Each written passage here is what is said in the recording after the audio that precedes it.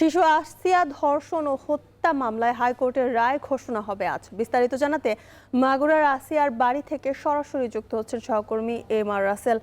রাসেল, আসিয়ার বাড়িতে কি পরিস্থিতি দেখছেন, পরিবারের প্রত্যাশাই বা কি, বিস্তারিত জানাবেন।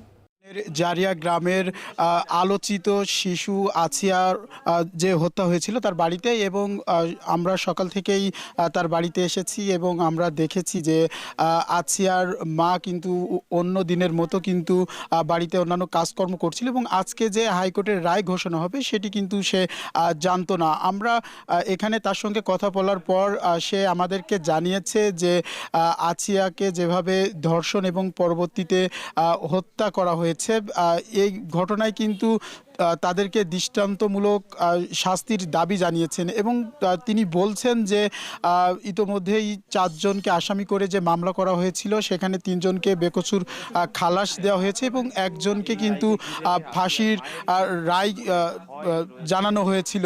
তিনি আপত্তি করে বলছেন যে 3 জনকে বেকসুর খালাস দেওয়া হয়েছে সেখানে কিন্তু তার আপত্তি রয়েছে, এবং তাদেরকেও শাস্তির আওতায় আনার যে দাবি সেটি কিন্তু আসিয়ার পরিবার থেকে জানানো হয়েছে। তিনি বলছেন যে আজকে যদি হাইকোর্টের রায় যদি বহাল রাখে এবং হেটু শেখকে মৃত্যুদণ্ড দেওয়া হয় তাহলে এই রায়টা যেন দ্রুত কার্যকর করা হয় সেই দাবি কিন্তু জানিয়েছেন। আমরা এই জারিয়া গ্রামের বাসিন্দাদের সঙ্গে কথা বলেছি, তারাও জানিয়েছে যে গত বছর অর্থাৎ 25 সালের যে 5 মার্চ আসিয়াকে ধর্ষণ করা হয় এবং পরবর্তীতে মৃত্যুবরণ করে।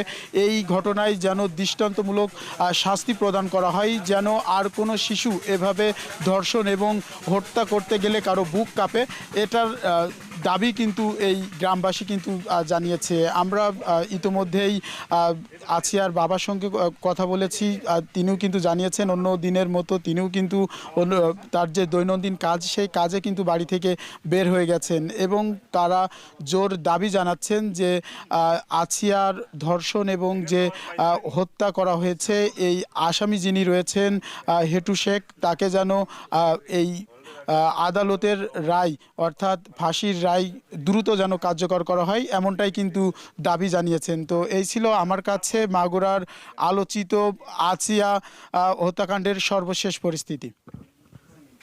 মাগুরা থেকে বিস্তারিত জানাতে যুক্ত ছিলেন সহকর্মী এম.আর. রাসেল।